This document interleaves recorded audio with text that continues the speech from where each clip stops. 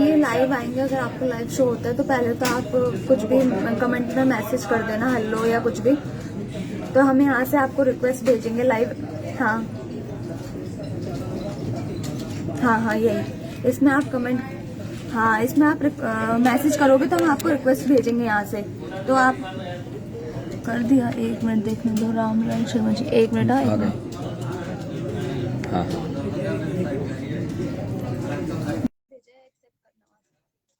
नमस्कार, जी राजस्थान न्यूज के Facebook live में आप सभी का स्वागत है। दोस्तों कैसे हैं आप सभी? देखिए भाई, 10:30 बजे का हमारा कार्यक्रम था और अपने वादे के मुताबिक हम हाजिर हैं। आज मिलवाने जा रहे थे आपको जो बीजेपी के प्रवक्ता हैं, प्रखर प्रवक्ता कहेंगे, रामलाल शर्मा जी हमारे साथ साक्षात जुड़ चुके हैं। रामलाल जी, बहुत बहुत स्वागत है आप सभी का। आपका धन्यवाद कुमार जी। कैसे हैं रामलाल जी? मैं ठीक हूं कुमार जी। अच्छा, देखिए क्या है कि डिमांड थी कि रामलाल जी को बुलाइए और इसलिए हमने प्रयास किया कि आपसे बातचीत किया जाए और आप लोगों का जो स्टैंड है इन तमाम मुद्दों पर, जो भी युवा परेशान है, जो बेरोजगार परेशान है, सीएचए का जो मामला है, तमाम लोग परेशान, आपको पता ही है सारे मुद्दे। तो पहला सवाल हमारा आपसे ये है कि जो कल आपने ट्वीट किया था एक रीट में ईडब्ल्यूएस के पद को सृजित करने को लेकर, पहले तो उस पे आपकी पार्टी का स्टैंड क्या है?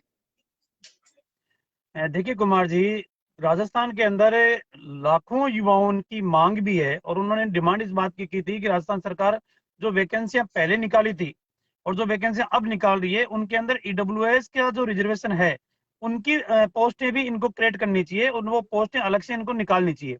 लेकिन जो मूल वैकेंसी है, उस मूल वैकेंसी के अंदर ही इन पोस्टों को समावेश किया गया है। अब सरकार का कहना यह है कि साहब इस तरीके का रिजर्वेशन अलग से नहीं है। तो जो युवा इस तरीके की मांग कर रहे हैं उनको आप बुलाइए, उनके एक्सपर्ट को बुलाइए, वो अपने जो एडवोकेट है उनको लेकर आएंगे, सरकार के साथ बैठेंगे, सरकार के साथ बैठ के और इसका जो कानूनन समाधान निकल सकता है वो समाधान निकालने का काम करें। दूसरी युवाओं की मांग रिट को लेकर ये थी कि रिट परीक्षा के अंदर धांधली हुई है। राजस्थान सरकार की एसओजी ने भी जो इन धांधली करने वाला गिरोह था उस गिरोह को पकड़ा है। एसओजी ने भी माना है कि 3:42 के ऊपर पेपर आउट हो चुका है और दूसरे के पास पहुंच चुका है। तो जब सारे एविडेंस सरकार के पास आ चुके हैं, उसके बावजूद भी सरकार उस परीक्षा को निरस्त नहीं कर रही है। फिर भी युवाओं ने ये कहा कि कोई बात नहीं, आप परीक्षा निरस्त नहीं कर रहे, आपने रिजल्ट डिक्लेयर कर दिया, आप नौकरी दे रहे हो, अच्छी बात है, आप इन पदों को बढ़ा के और 50,000 आप कर दीजिए। लेकिन सरकार ने उनकी वो बात को भी मानने से इनकार कर दिया और सरकार ने कहा कि हम तो अलग से ही वैकेंसी निकालने का काम करेंगे और 20,000 पोस्टों की अलग से वैकेंसी निकालने का काम भी किया। तो हमारी मांग ये है कि हम पार्टी स्तर के ऊपर ये चाहते हैं कि जो राजस्थान का युवा चाहता है, जो उसकी भावना है, उसके अनुसार निर्णय करें। कि बेरोजगार, यही तो बेरोजगारों का गुस्सा इसी बात पे है कि भाई आपने पद नहीं बढ़ाया, अलग से आपने जो भर्ती निकाली उसको लेकर जो नाराजगी है। और लोग ये भी पूछ रहे हैं कि जो बीजेपी के तमाम नेता हैं वो आखिर बेरोजगारों के साथ क्यों नहीं दिख रहे हैं, धरने पर क्यों नहीं आ रहे हैं? ट्वीट तो आप लोग कर रहे हैं। जी देखिए गौरव जी, भारतीय जनता पार्टी के तमाम नेताओं की सद्भावना इन युवाओं के साथ है। पार्टी के जो भी विधायक हैं, सांसद हैं, सबने पत्र लिखे हैं, सबने ट्वीट किया है, सबने मांग रखी है। पार्टी के जो हमारे चुरुड़ीलाल जी मीणा है, जो राज्यसभा से सांसद हैं, वो धरने के ऊपर लंबे समय तक इनके साथ रहे हैं। तो ये कहना कि साथ पार्टी साथ नहीं है, निश्चित रूप से भारतीय जनता पार्टी उन तमाम युवाओं के साथ है जो जायज मांगों को लेकर लोकतांत्रिक तरीके से सरकार के सामने रख रहे हैं। हम सब उनके साथ हैं। रामलाल जी, देखिए जो एएनएम जेएनएम नियुक्ति का मामला 2013 से अटका पड़ा हुआ है, 8 साल से जो नर्सेज हैं इंतजार कर रही हैं, लेकिन इसमें आखिर ना तो आपकी सरकार ने ना तो कांग्रेस सरकार ने कोई ध्यान दिया। देखिए गौरव जी, हमारी पार्टी के समय हमने एक अलग से सेल और डेवलप की थी कि जो भर्तियां कानूनन रूप से कोर्टों के अंदर, न्यायालय के अंदर अटक जाती है, तो उनको स्पेशल हमने एक टीम गठित की थी कि वो समय पे पैरवी करे, समय पे सरकार का पक्ष कोर्ट के सामने रखे और जो स्टे वगैरह जो उन भर्तियों के ऊपर लगे हुए थे उनको समय सीमा के अंदर ही वो निरस्त हो और भर्ती प्रक्रिया शुरू हो। कभी भी भारतीय जनता पार्टी ने इसके अंदर नेग्लिजेंसी नहीं बरती, हमेशा भर्तियों के प्रति सकारात्मक रही है।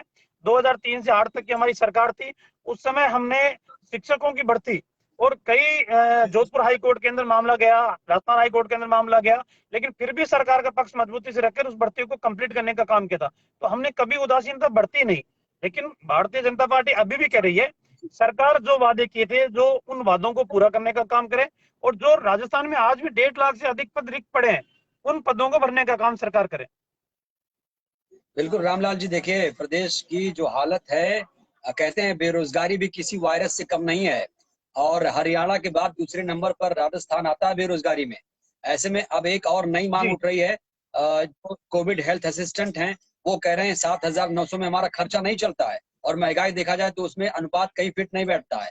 तो क्या 7,900 से 26,500 की जो मांग हो रही है, क्या उसको लेकर आपकी पार्टी कुछ आगे कदम उठाएगी, कुछ इनको सहयोग करेगी, इनके आवाज में आवाज बुलंद करेगी?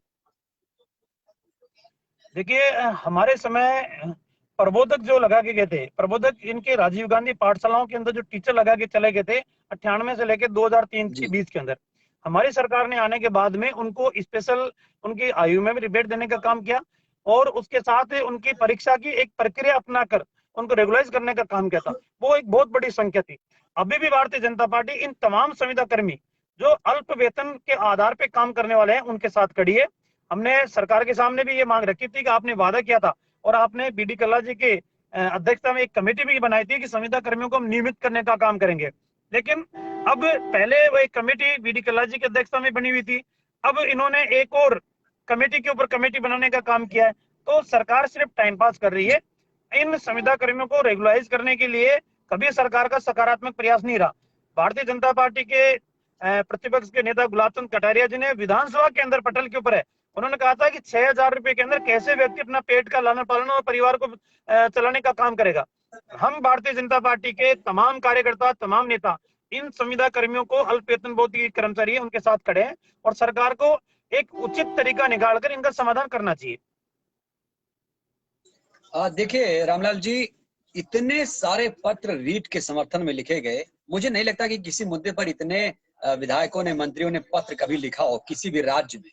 लेकिन एक मुद्दा रीट में 50,000 पद को लेकर जिस तरीके से पत्राचार किया गया, उस पर सरकार ने उसे दरकिनार कर दिया। इस पत्र में तो सचिन पायलट का भी पत्र शामिल था, राजकुमार शर्मा का भी पत्र शामिल था, जो सीएम के सलाहकार हैं। सीएम के सलाहकार को दरकिनार किया, और पायलट के भी कहीं ना कहीं जो समर्थन था उसको भी दरकिनार किया गया।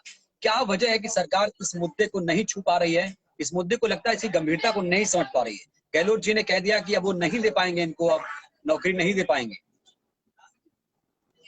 देखिए, आज राजस्थान के तमाम युवा ये मांग करते हैं कि राजस्थान में जो भी परीक्षा वो ईमानदारी के साथ हो, मेहनत करने वाला विद्यार्थी, इंटेलिजेंट विद्यार्थी सिलेक्शन हो, किसी को कोई आपत्ति नहीं है।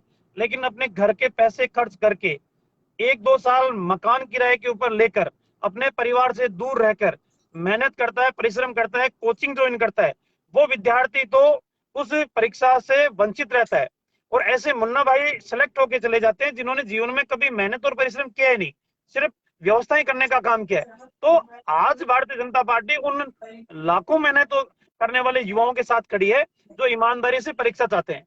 अब इन 20,000 के अंदर भी आज भी मेरा सीधा सीधा आरोप सरकार के ऊपर यह है कि ये ईमानदारी से परीक्षा कराने में नाकाम साबित होगी। पहले तो लगता नहीं है कि परीक्षा करवाएगी, अगर परीक्षा भी करवाएगी तो ये नाकाम साबित होगी, ईमानदारी से परीक्षा नहीं करवा सकती।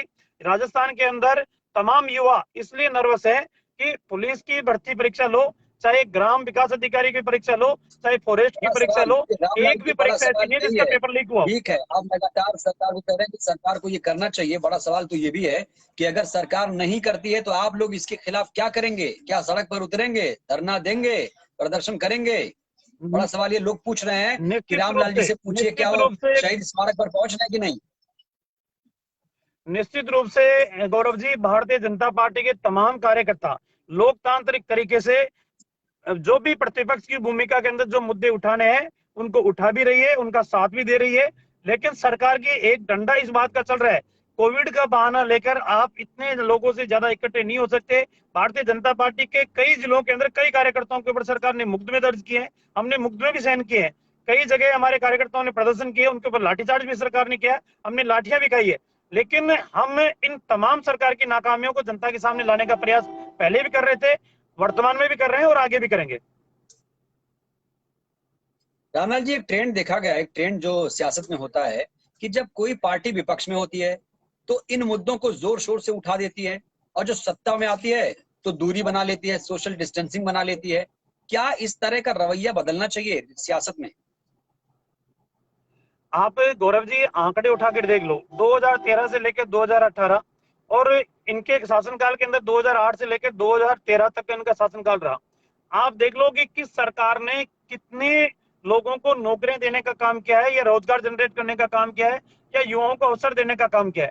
आंकड़े अपने आप बता देंगे कि भारतीय जनता पार्टी के शासनकाल के अंदर तमाम युवाओं को उनकी भावनाओं के अनुसार, हमारे शासनकाल के अंदर भी एक पेपर लीक हुआ था, हमने तुरंत परीक्षा निरस्त की और ईमानदारी से परीक्षा कराने का काम किया।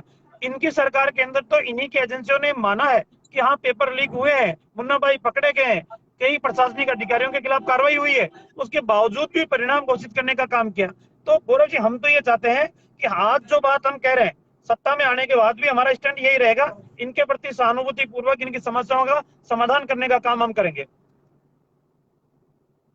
चलिए चलिए रामलाल जी, बहुत बहुत धन्यवाद। और बहुप्रतीक्षित था आपका ये पूरा सेशन भी, लोग कह रहे थे रामलाल जी को बुलाइए, और इसीलिए हमने इसको प्रमोट भी किया था ट्विटर पर। आपने देखा होगा कई सारे लोगों ने कमेंट किए, लाइक किए, इस आपको बुलाया, और इसीलिए हमने सोचा कि आपसे एक सेशन किया जाए। बहुत बहुत धन्यवाद रामलाल जी आपका इसके लिए वक्त देने के लिए।